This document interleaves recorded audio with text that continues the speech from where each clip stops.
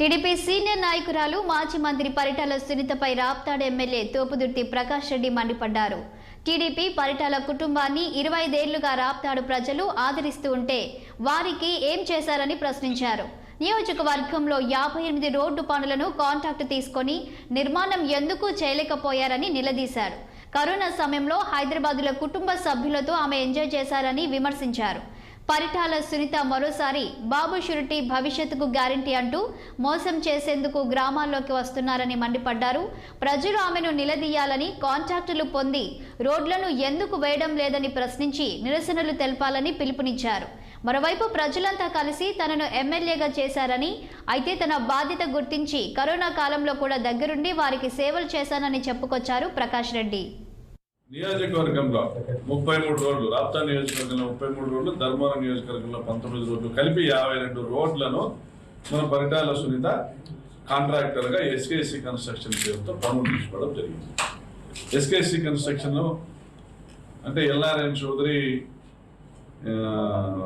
Contractor. ఆ కంపెనీలో లబ్ధిదారులు వీళ్ళు, పరిటాల కుటుంబీకులు, వీళ్ళంతా ఒకటే. అందులో నేను ప్రజలకు తెలియజెప్పే విషయం ఏంటంటే, ఈ 52 రోడ్లలో 2018 నుంచి నేటి వరకు 5.5 సంవత్సరాల కాలంలో ధర్మవరం నియోజకవర్గానికి సంబంధించిన 19 రోడ్లలో 16 రోడ్లు వేసినారు సుంటక్క. కొత్తగా ఎమ్మెల్యేగా ఆడపై పోటీ చేయాలనుకుంటా ఉంది కాబట్టి 19 రోడ్లలో 16 రోడ్లు పూర్తి చేసింది.